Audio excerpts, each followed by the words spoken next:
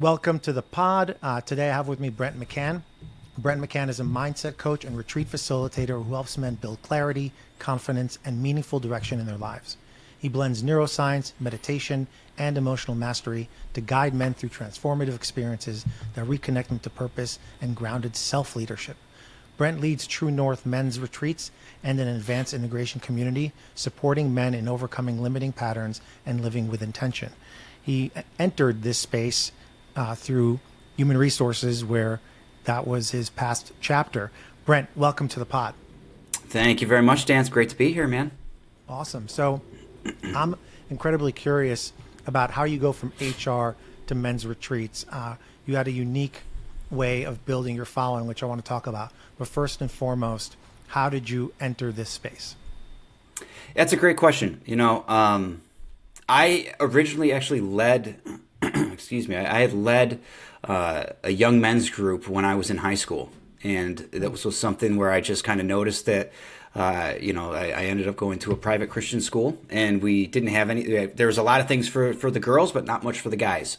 And so I put something together, and it followed me into college. And then on my, route to college, I got a little distracted and joined the military and did all sorts of other things. And then, as fate would have it, you get married. I need to make some more big boy decisions in life, and got into the HR space.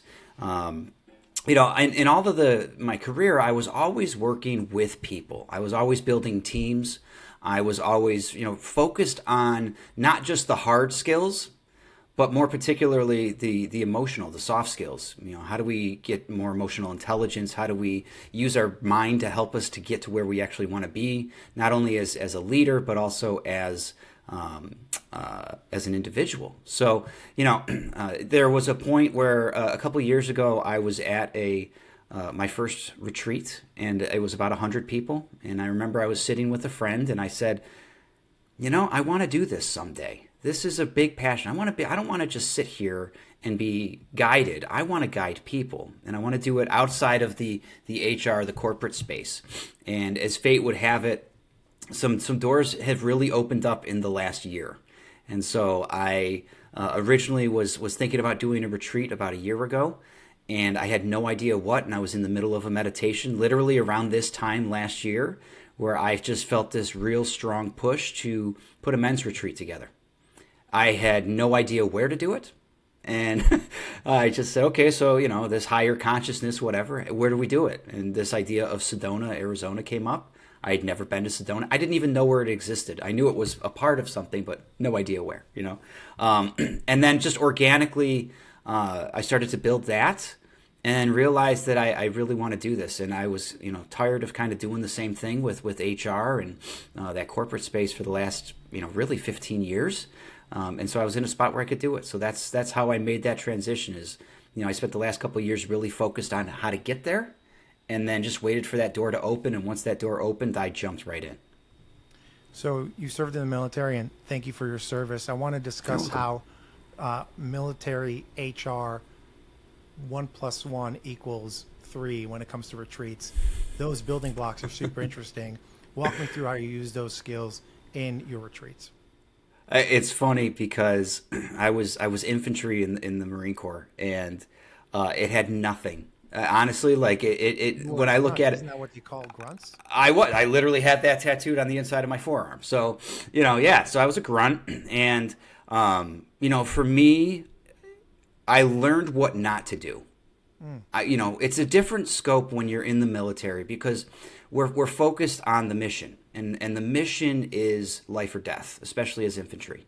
So when you ask somebody, when you're building a team, you're not polite about it. You're not asking them how they feel about it. You're telling them what they're going to do, and if they don't like it, tough shit, and this is the way it is.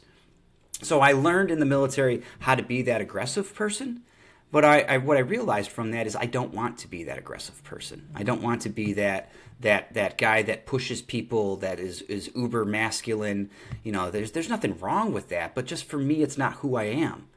And so, I didn't have my college degree yet, and I needed something. I was in the car wash business at that point. I was traveling a bunch as an HR operations manager for like 17 car washes, and I remember one night I looked online and I was just looking through college programs, and I looked at like what human resources is, and I was like, oh, okay, building teams, partnering with leaders, working with employees, and I thought that would be something I'd want to do.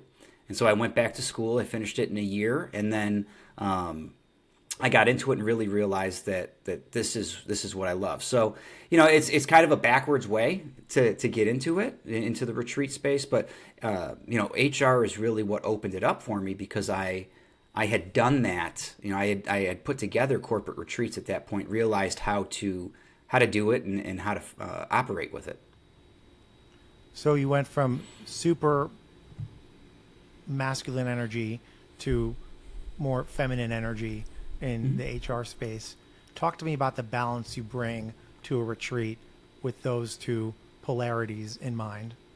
Absolutely. And I think that's one of the things that I bring purposefully to the retreat, because I've looked myself at men's retreats, and a lot of them are on that very masculine, like we go out camping, we pick things up, we put them down, we chop wood, and that's cool, but I wanted to create a space where not every man wants to do that, right? Not every man wants to sleep out in the woods. And so the way I blend this in is like, yes, I'll push you. I'm going to use neuroscience. I'm going to use meditation. We're going to do breath work. Like, one of the sessions that we do is breath work for an hour. Like, you're going to get pushed. But at the same time, I want you to have comfort in where you are, because like 70 to 80% of the guys that come to my retreats have never been on one before. So I'm not going to shock their nervous system and put them like way off in left field. I want them to be able to say, okay, this is happening, but I still have a nice hotel room that I can go to. We're still going to eat normal meals and go out for dinner. We're going to have this adventure together. So they have the balance of the comfort, but then also that push, because if you want to transform your life, you've got to do something different than what you have been doing. So I am going to be that guy that's going to support you to get you to push yourself so that you can start living the life that you want, as opposed to the life that you've been settling for. So it is that balance. So how do you market that to a man who's never done this, and who, a lot of men these days kind of have a misunderstanding of masculinity? So how do you go from like the guy who wants to push tires and do a tug of war and paint their face, to a guy who wants to do breath work and lean into more of their feminine energy? It sounds like a bit of a marketing challenge.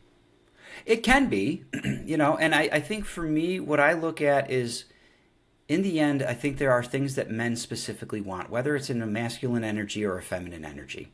And one is to add value to not only their own life, but other people's lives. There's this inherent, maybe it's the protector, maybe it's the provider, whatever it is, there's something internal that comes up for a man. And so when I put my marketing together, I focus it on, like, my niche market is men who have found success in their lives and then go, oh shit, this isn't everything I thought it would be. I'm still not as happy as I thought I would be. So when I'm marketing it, it's to send the message of like, I know what you're talking about.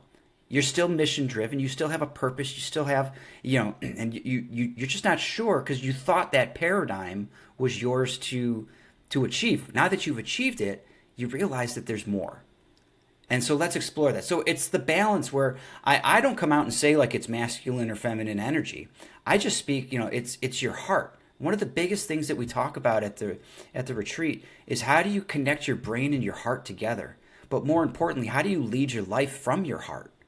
Because the heart is 5,000 times more powerful from an electromagnetic scale than the brain is. So the heart is really what influences. Inherently, I believe that men want to be within their hearts. They want to have that balance between that let's go get them, and also to be the person like that wants to snuggle with their partner and not be ashamed to say it. Right? So I think when I market it, I look at it from the lens of how can I get the heart to say, hey, I think I really want this. And what do I need to do to get to it? So that's, I get a lot of DMs, and, I'll still, my conversion rate probably, like my last campaign, I had like 800 DMs in 2 months, so like there's a need there. It's insane. But, when I look at it, not every man knows exactly how to get to that, right? And if it's something that's been foreign to them, the biggest thing that I can provide to them is security. Let them know that where they are, without coming out and saying you're in a safe space, validate, like let them be listened to. Let me, say like I hear what you're saying. Let me see. Let them know that they're being seen, and that opens up a lot of doors. Awesome. So, yeah, I want to comment on that. Then I have another question. Men are in crisis in this country. They are feeling left behind. They are turning to whether it's pornography, whether it's tribalism, radicalization, substances, and eventually deaths of despair, suicide, drug overdoses. Are you looking to solve that? That's a really good question. The universe has a beautiful way of pulling things in, right? Like I've been in that despair where, I'm 14 years sober. I was drinking a liter of vodka a day. I did it for 4 years, on and off, and and I saw what the depths of hell look like for me. I was in a marriage where I wasn't happy. I had settled. I don't think I'm trying to solve it. I think what I'm trying to do is open up a different line of thinking that isn't super woo woo, right? Like we get a little woo woo, but most men love to have that logic behind it, which is why I focused on the neuroscience.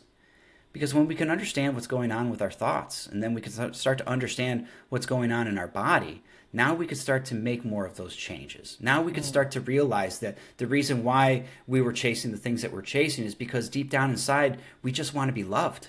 We want to be seen. And when we can start to understand that we can always look out to the world to provide it, but when we can provide it for ourselves and have the tools to do it, now life changes. Now the perspective changes. And now we can start to step into wholeness because we're not reliant on the external environment to validate us. We do the work ourselves to live the life because we're worthy of it. And we deserve to live that life of wholeness. So I think that's the biggest piece that I focus in on. If it changes the world, that's awesome. But, one man at a time. Hell yeah. So first of all, congrats on your sobriety. I'm also Thank in you. recovery, so I know the fellowship that comes through that, and it's beautiful. Yeah. The term I've heard, you said we're not woo woo, and I've heard the term wooish, which is kind of like what I prefer. I think that's more my vibe than, the crystals and whatnot, which has a space but doesn't Sure. really speak to me. I want to first of all, how much do you charge? So my packages run between 3,500 to 5,000, and it's all inclusive, right? So all you got to do is show up. I take care of the hotel room and the food, everything that's tied to it, and then it's just a varying scale of what you're looking for. Got it. Let's talk about the marketing for a second, because one of the things that struck me is that you really started on Instagram and got to 800 DMs. First of all, do you do your own marketing? Are you doing the creative? Are you working with anybody? Like, are you? I am it. I am the solo mio for right now. Maybe one day I'll get out of that, but yeah, I am. I do it all. And when I started, advertising in March of this year, right? So 9 months ago, I had like 100 followers. It's not like I had like this big following or anything like that. It's just, I started to grow it. So, And where are you at now? like 550, 500, Awesome. 600. Awesome. Yeah. Awesome. So a message to those listening who want to try to get into retreat facilitation. It doesn't require a huge community, just a targeted community. Yeah, exactly. I mean, like, yes, I run campaigns, but like I pay like $15 a day, and it's always comes down to there's two things that I believe in. One, it always comes down to the target audience, right? Understanding who your client is well enough to target and get the message to them. And two, to get a little wooish, it's to believe that if this is the energetic alignment, that the right people, it's like ringing a bell. You think about the triangle that they would ring the bell on the farm just to tell everyone it's time for dinner, right? Like, I believe that when you get into that space, there's a metaphorical or an energetic bell that's rung. And those who have the ears that are looking for it, it will find them. So now that's not tried and true. I'm not trying to say like just do that and let the world be, because you still have to put the effort in. But that is definitely something that I've seen to come to pass as well. So, what's been your most successful campaign? Can you share something that you think worked really well and therefore try to emulate? Honestly, I keep it simple. My campaigns are very easy. It's like a 10-second, like a thing I make on Canva. It just says the name of the retreat, and it says the outcomes. Always list the outcomes. Don't talk, like nobody gives a shit if we're going zip lining or we're going for walks. That's the value add piece maybe. But what they want, like if someone's going to spend any amount of money on your program, it's because they want to know that you're going to get something out of it. Right? So, for me, I talk about like this is what we do, right? We talk about the neuroscience of change. We do breath work, we do meditation, and we do outdoor adventures to reconnect to the man that you know you want to be, right? And so that in itself is a challenge. It's exciting. It says, oh, okay, this is what I have to do, and that's what piques a lot of the interest. Outside of that, like I don't have like a huge marketing ploy. I don't, I just the DMs come in, I respond to them, and I flow with them and see where they go. Hell yeah. So, talk to me a little bit about the post event integration in terms of community. I understand that that's played a role in your offering. Do you think that that's important, and how do you curate that? Is it invitation only? Is it open to everybody? Walk us through a little bit about the post event community. Absolutely. It is easy, and this is something I tell the guys during the retreat. It's easy to go and say during the retreat, let's do this, let's do that. Because you're away from the distractions, right? Like you're able to focus in on just you. And I always tell them that the real work begins when you go home, because you're going back as this new person with this new perspective and this new excitement, but you're going back to an old familiar environment. And so, I have always tied in some type of integration. And whether it's like right now, like I do one, depending on the package, like 1 to 3 post-retreat one-on-one calls where we talk and so like I had one last night. It's been a month since my last retreat, and we've been talking. It's like, okay, what's been coming up for you to continue to support? Because every guy that I talk to after the retreat, they always say how hard it is. They didn't think it would be so hard. I'm like, I know. This is why we do this. In addition to that, I offer a continuation program where for 10 weeks, it's like 10 to 12 weeks, and then at the end of 12 weeks, we have another retreat. We have another celebration. I call it a Mastery Summit. So what we do is we get on a call every week, a Zoom call. It's like every Tuesday night or whatever. There's always a topic, and I break it down into 3 phases. The first phase is integration. The second phase is expansion, right? Once we've integrated the actions, we start to build that consistency in our life. Now we're ready to expand. And then the last phase focuses on how do you lead yourself now through this expansion. And what's really great with it is not only is it, do we build that community, which is always important, right? It's something to look forward to and to enjoy together. But then I bring in new revenue from repeat. Oh yeah. Yeah. From a revenue standpoint, that's very helpful on my end, right? Because at that point we're paying for the Zoom calls and that kind of thing. So, and it's not a low ticket price, because to really go through this, like, listen, I was in a program myself. I paid $12,000 for it, but it helped change my life because I couldn't do it on my own. So, I would have paid $20,000. I would have paid $30,000 knowing what I know now. So, I position it with that lens, and usually get about like 50%. So, typically I will have between 6 and 8 guys at a retreat, and I'll get 3 to 4 guys from the retreat that will sign up into that. Yeah, so it's really good. So shifting our focus a little bit, I want to talk about the specific advice you would have for somebody who wants to do what you do, but is kind of stuck. Do you start with the offering? Do you start with the audience? Do you start with the marketing? Where do you start if you feel like you have something to offer, but you don't even know what the first button is? So the first thing that I would say is, where does the energy come from? Where do you get the energy? What energizes you? You know, there is a little bit of things that will just naturally fall into place. But first and foremost, if you have a dream, if you have a passion, most people stop just before it's time to put that passion or that dream into action. And so, my first thing that I would say is get clear. Get clear on what it is that you want to do, and understand it's going to change. You're going to, like, I've learned so much in the last year. I could not have predicted what I've learned, right? Like, I've had great retreats. I've had retreats where I've lost money. I've had, conversations that went south. I mean, I think but what I've learned in the end is, if you have that clear intention, if you know where it is that you want to go, just jump in. I mean, there's so much information out there, right? Like, you can go on YouTube, you can go on Google, you could use ChatGPT, whatever it is. But more important than anything, like I said, is just getting clear. Like, what is it that you want to do?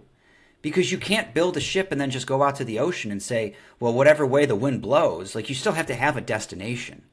So if it's men's retreats, if it's co-ed retreats, if it's youth retreats, whatever it is, understand what it is. And then I always look at reverse engineering, right? If we start with the end in mind, what are the steps that we have to take to have that help come to pass? And so then I build like a long-term goal. I build short-term goals surrounding it.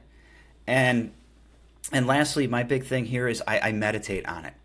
The best part about meditation is that, it slows us down, but it's also an opportunity to mentally rehearse.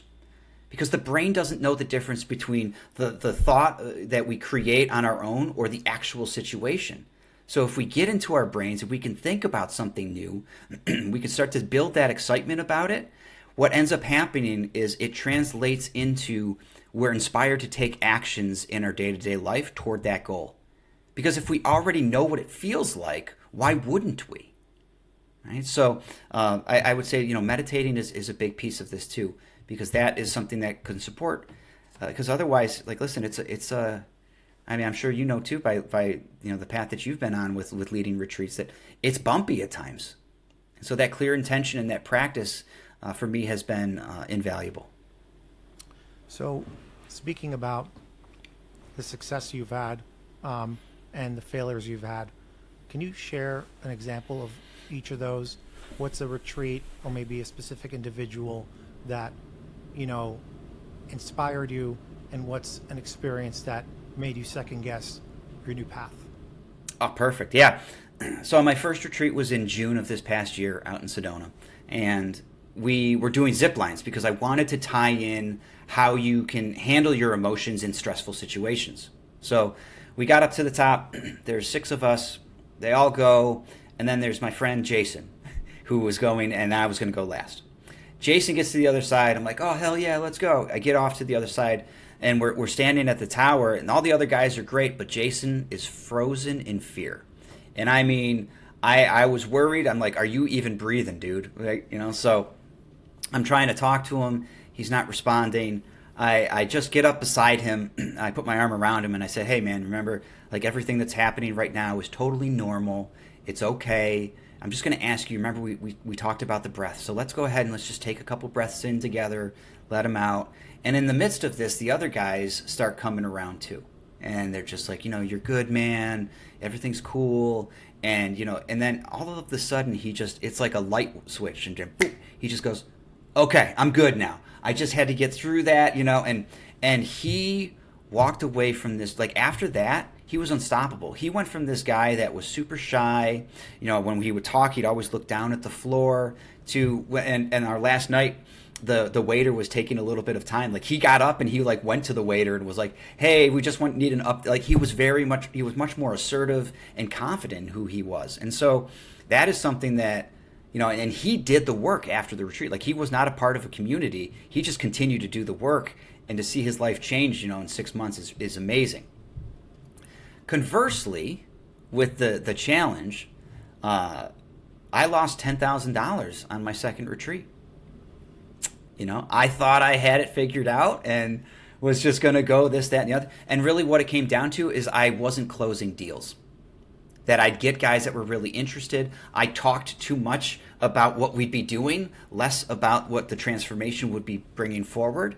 And then they'd say, cool, this is great. And then I didn't follow up with them with the not intensity, but the excitement or the clarity to get them to close that deal.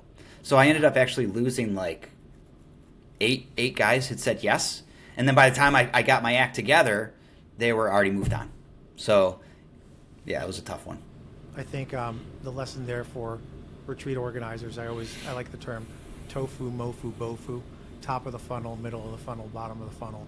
You can have a great top of the funnel, but you got to keep moving stuff through the process, and getting stuck in each phase is not going to get you towards the close.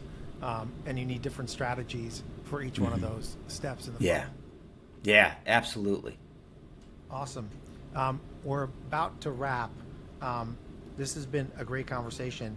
I want to just dive in a little deeper on the marketing, because I feel like that can be so useful to everybody listening, because our audience are facilitators on the entire spectrum of business.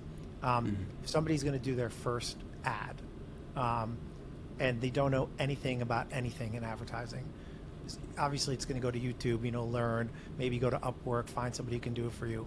But can you give us the actual mechanics of creating your first campaign in order somebody's interested to do this? Yeah, just know the first step is know your audience. Right. So right. you know your audience. Are you focus on the marketing materials around purpose and outcome as opposed to program. But are you first going to Canva? Are you kind of doodling? Like, what are the actual tangible steps? I just go to, I use Canva. I go to Canva and I try things out. I look for because here's one of the reasons why it works well is because I'm marketing to the person that I was 7 years ago, 5 to 7 years ago. Oh, wow. Oh, right. Because this is where I was. I was in that point where I had achieved success. I was not happy, and I changed my life around because of it. And that makes it easier for me. I'm not marketing to somebody who I don't know. I'm just marketing to me in the past. So what is it that I would look for from that lens that would attract me, right? So, for example, like I like on the Canva thing, I make sure that it's like formatted correctly for Instagram so that the thing doesn't get smushed and all the other stuff. I make sure that I don't add words that are just too much, because if you get overstimulated, right? Like the average attention span is like 9 seconds, but on social media it's like less than 2. So you've got to have the quick hits that are visible, right? So I use pictures that inspire. So I have a picture of like a sunrise coming up with a man standing, facing the sunrise.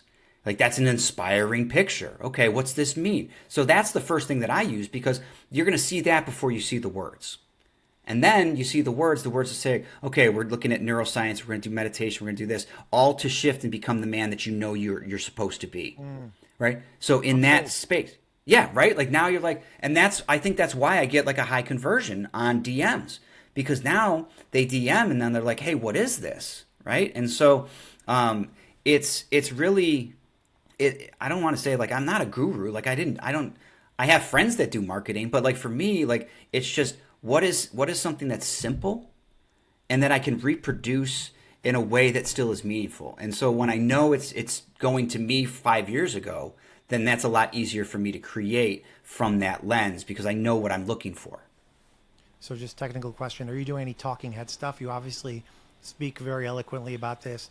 Have you tried to do you talking, and has that been better or worse? I have not. And quite frankly, here's why. Because every time I see an ad where somebody's talking, I skip past it. The biggest thing is I don't have trust. I don't have any trust and credibility with you yet. Right. How, if I speak, but I don't have anything to show that like I'm worth listening to, then why am I going to do that? Whereas they see the words, it speaks to what they're looking for. Now I've got a chance, because now I can DM you, tell you that I'm really me sitting in my living room at 9 o'clock at night, watching whatever, and I'm DMing you. Now I can build trust and credibility with you. Because in the end, that's what they're looking for. They want to know that they can trust you and that you're credible to get them to where it is that they want to go. And so that's why I don't use the video stuff. I just make it on the Canva. A book that comes to mind is Questions That Sell, because it is about the questions as opposed to just the word vomit and be like, I'll do this. It's like we got to talk about what they want. And at the end of the day, I hate to say it, everybody wants generally the same thing as we touched on. They want to move from the brain to the heart. Mm-hmm. Well, this has been awesome. I really appreciate your time and sharing your wisdom. And you and I have been keeping in touch, so I look forward to doing that. And I'm going to go to one of your retreats. I'm going to make a public commitment to go to one of your retreats. Thank you, man. And see what you see if the rubber meets the road. Let's make it happen, man. I love it. I'm so glad that you reached out. I'm glad to have start building this friendship and this relationship with you, man. Thank you so much for everything. Hell yeah. Thanks, Brent. All right.